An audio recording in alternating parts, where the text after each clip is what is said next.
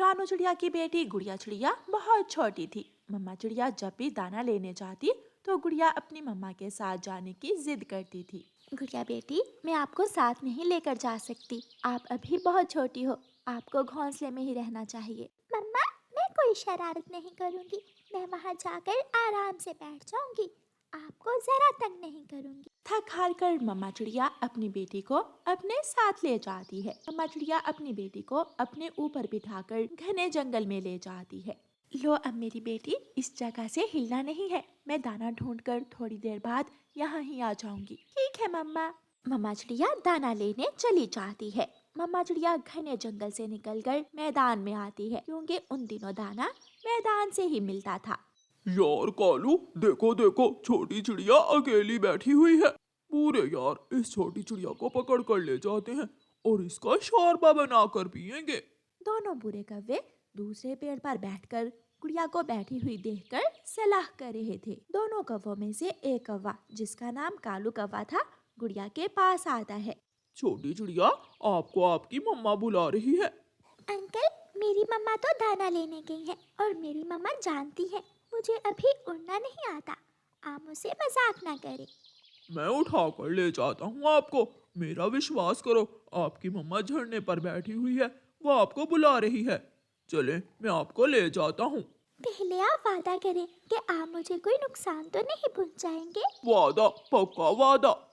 फिर गुड़िया कालू कौवे के ऊपर बैठ जाती है और कालू कौवा गुड़िया को वहाँ से ले जाता है। बुरा कौवा भी पीछे पीछे उड़ता है। दोनों कौवे गुड़िया को वीरान जंगल में ले जाते हैं और एक सूखे हुए पेड़ के नीचे बिठा देते हैं। तुम यहाँ बैठो, मैं तुम्हारी मम्मा को बुला कर लाता हूँ। कालू कौवा गुड़िया से ऐसे कहकर थोड़ी दूर बैठे अपने दोस्त बूढ़े के पास जाता है। हो गया, काम हो गया। अब हम उस छोटी चिड़िया का शोरबा बनाने की तैयारी करते हैं। ये दोनों कौवे क्या बातें कर रहे हैं? मैं इनकी बातें सुनती हूँ। गुड़िया आहिस्ता आहिस्ता चलती हुई थोड़ा पास चली जाती है। मैं लकड़ियाँ इकट्ठी करता हूँ और तुम नमक मिर्ची ले आओ। हाय, मैं मर गई। ये दोनों कौवे तो मुझे खाने का प्लान तैयार कर रहे हैं। मैंने इनके साथ यहाँ आकर बहुत बड़ी गलती की। गुड़िया अपनी जगह पर जाकर बैठ जाती है और शांत हो जाती है। अंकल अंकल, वो दूसरा कौवा क्या दोस्त है आपका? हाँ, वो मेरा दोस्त है। वो मुझे रास्ते में बता रहा था कि मुझे खाने के बाद वो आपको भी मार कर खा जाएगा। वो मेरा दोस्त है, वो मुझे क्यों मारेगा? मेरा विश्वास करें, वो ऐसा जरूर करेगा। उसने मुझे बताया है। क्या तुम सच बोल रही हो? मुझे क्या जरूरत है झूठ बोलने की? मैं तो खुद थोड़ी देर बाद मर जाऊंगी। कालू कौवा जंगल से सूखी लकड़ियां इकट्ठी करता है और लकड़ियां लेकर वापिस आ जाता है। कौवे, काले कौवे, मैं इतनी आसानी से मरने वाला नहीं हूँ। ऐसे कहते हुए बुरा कौवा कालू कौवे पर हमला कर देता है। पागल पागल हो गए हो क्या? लेकिन बुरा कौवा कालू कौवे को गिरा लेता है।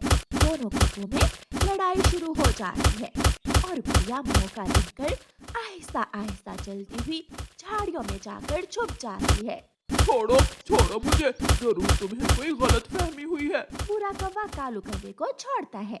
कहाँ है वो छोटी चिड़िया, कहाँ है?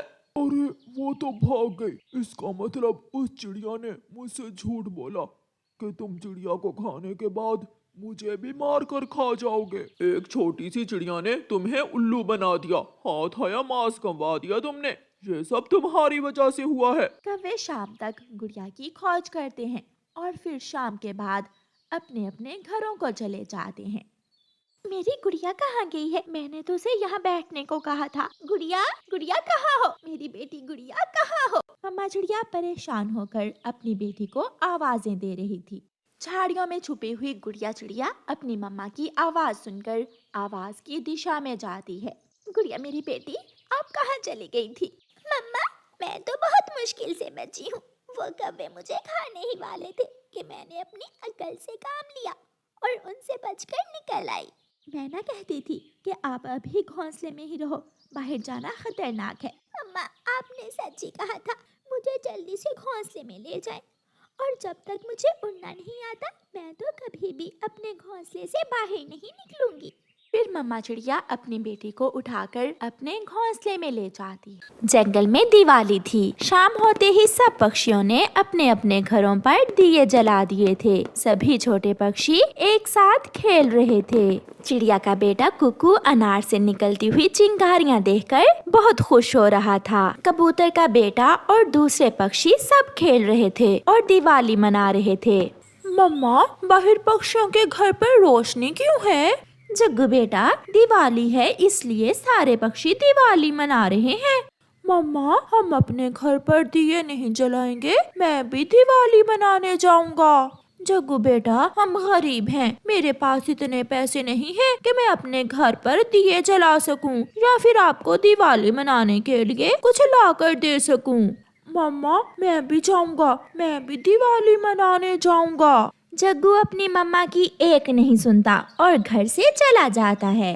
तोता तोती अपने बेटे के साथ पटाखों से खेल रहे थे और मिठाई खा रहे थे। जग्गू वहाँ चला जाता है। आंटी हरियाली, मैं भी खेलने आया हूँ, मुझे भी मिठाई दें, मेरा भी दिल कर रहा है मिठाई खाने को। छी छी, दूर हो जाओ मेरे बेटे से गरीब कौवे के बेटे, जाकर किसी अपने जैसे गरीब पक्षी के साथ खेलो, भाग जाओ यहाँ से। रोता हुआ जग्गू वहाँ से चला जाता है। थोड़ी दूर कबूतर का बेटा कीकी और चिड़िया का बेटा कुकू खेल रहे थे। कुकू, देखो देखो, वो गरीब जग्गू आ रहा है। वो दोनों जग्गू को देखकर हंसने लगते हैं। जग्गू जग्गू, क्या तुम मिठाई खाओगे?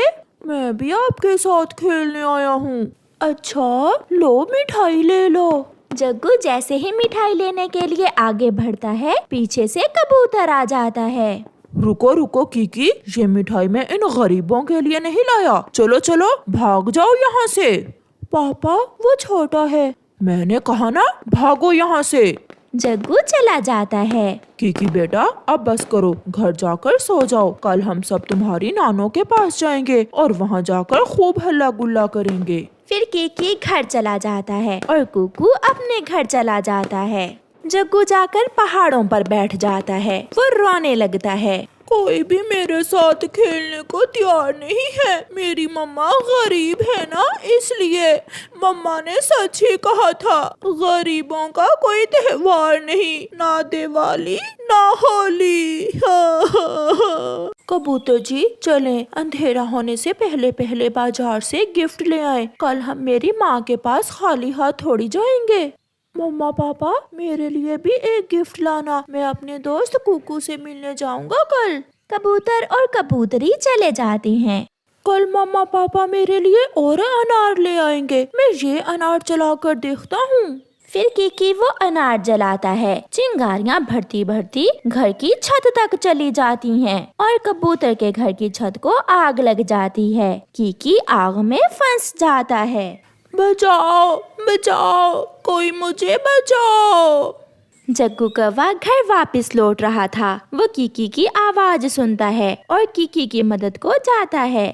बहुत मुश्किल से जग्गू कीकी को घर की खिड़की के रास्ते से बाहर निकालता है। कबूतर का घर पूरी तरह जल चुका था। शुक्रिया दोस्त, आपने मेरी जान बचाई। कबूतर और कबूतरी भी घर वापस आ जाते हैं। अपना जलता हुआ घर देखकर वो डर जाते हैं। कीकी, मेरा बच्चा घर में था। घर को आग कैसे लग गई? ये कैसे हुआ सब? पापा, मैं यहाँ हूँ, मैं सुरक्षित हूँ। पापा, जग्गू कौवे ने मेरी जान बचाई है। पापा, मैं अनार जला रहा था कि छत को आग लग गई और फिर जग्गू ने मुझे घर से बाहर निकाला। कल मैंने इस गरीब कौवे के बच्चे के साथ इतना बुरा किया और आज इसी बच्चे ने तुम्हारी जान बचाई। मैं बहुत शर्मिंदा हूँ जग्गू से। फिर दूसरे दिन लूसी, उसका पति कबूतर और कीकी गिफ्ट लेते हैं। थोड़ा आतिशबाजी का सामान, 3 अनार भी, साथ में मिठाई, और वो सब गोरी के घर जाते हैं। आप सब यहाँ, हम गरीबों के घर में। अंकल सॉरी, मैं फिर कभी कीकी से खेलने नहीं जाऊंगा, मुझे माफ कर दें। आप मुझे माफ कर दें बेटा, मैंने कल आपको बहुत डांटा और फिर भी आपने मेरे बेटे की जान बचाई। ये सारे गिफ्ट्स आपके लिए हैं। और गौरी बहन मिठाई भी आपके लिए है। दोस्त जग्गू चलें बाहर जाकर अनार चलाते हैं, मगर दोस्त कभी भी घर के अंदर अनार ना चलाना। फिर जग्गू और कीकी बाहर चले जाते हैं। ऐसे जग्गू कौवा भी दिवाली की खुशियाँ सबके साथ मिलकर मनाता है। प्यारे दोस्तों, आप सबको हमारी तरफ से हैप्पी दिवाली। वो फलदार पेड़ बहुत खुश था क्योंकि उन दिनों उस बड़े फलदार पेड़ पर मीठे फल जो लगे हुए थे, वो पेड़ खुशी से झूम रहा था। हरियाली, क्या आप भी जाओगी मीठे फल खाने? हाँ, मैं भी जाऊंगी। मिठू आज बीमार है, मैं मिठू के लिए भी मीठे फल लाऊंगी। चिड़िया और हरियाली तोती मीठा फल खाने उस फलदार पेड़ की तरफ जाती हैं। कालू, अगर ऐसे ही सारे पक्षी बड़े पेड़ से फल खाते रहे तो फल खत्म हो जाएंगे और वो पेड़ खाली हो जाएगा। उन्हें भगाना होगा। हमें पक्षियों को बड़े फलदार पेड़ से फल खाने से रोकना होगा। कौवा और कौवी गुस्से में फलदार पेड़ के पास जाते हैं। चिड़िया रुको, ये पेड़ हमारा है, तुम कहीं और से जाकर फल खाओ। क्यों जी, ये पेड़ सबका है, आप पेड़ जी से पूछ लें। हाँ हाँ, मेरे फल सबके लिए हैं, कोई भी पक्षी मेरे फल खा सकता है, आप सब मेरे दोस्त हो। सुन लिया?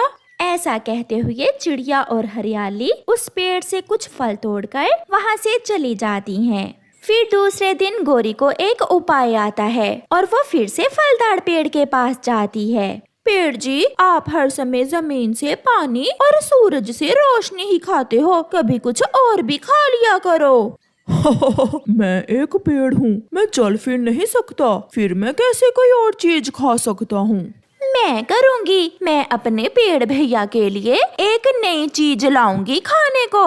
गौरी जाती है और चील की दुकान से एक अंडे वाला बर्गर लेती है। गौरी, क्या वो पेड़ ये बर्गर पसंद करेगा? देखते जाओ तुम कालू, मैं करती क्या हूँ। गौरी वो बर्गर लेकर पेड़ के पास जाती है। लो पेड़ जी, ये खाओ और बताओ कैसा लगा ये बर्गर तुम्हें। पेड़ गौरी कौवी से वो बर्गर लेकर खा लेता है। ये तो बहुत स्वादिष्ट भोजन था। मैं हर रोज ऐसा बर्गर खाना पसंद करूंगा। आज के बाद मैं जमीन से पानी और सूरज से रोशनी नहीं लूंगा।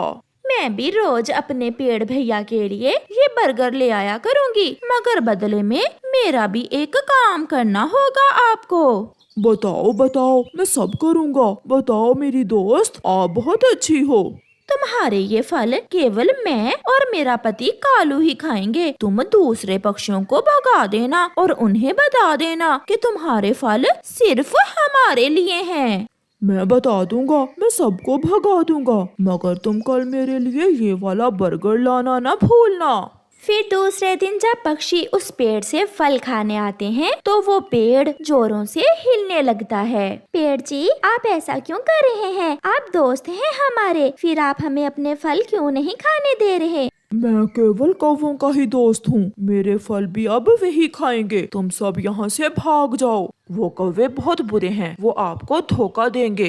ऐसा स्वादिष्ट बर्गर दिया है मुझे उन्होंने, इसलिए मैंने उन्हें अपना दोस्त मान लिया है। निराश होकर सब पक्षी वहाँ से चले जाते हैं। कालू जी, देखा, उस पेड़ ने सबको भगा दिया है, मेरे बर्गर ने तो कमाल कर दिया। चलो चलो, अब जल्दी से और अंडा बर्गर लेकर जाते हैं।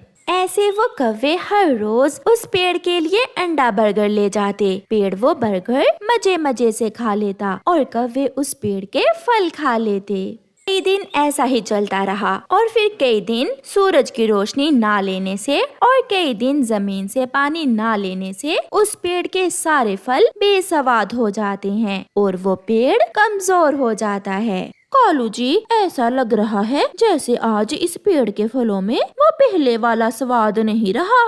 हाँ गौरी, अब ये पेड़ हमारे काम का नहीं रहा। अब फजूल में इसे बर्गर खिलाने का कोई फायदा नहीं है। ऐसे ना कहो मेरे दोस्तों, मैं तुम्हारा दोस्त हूँ। कैसी दोस्ती? अब तुम्हारे फल हमारे काम के नहीं रहे।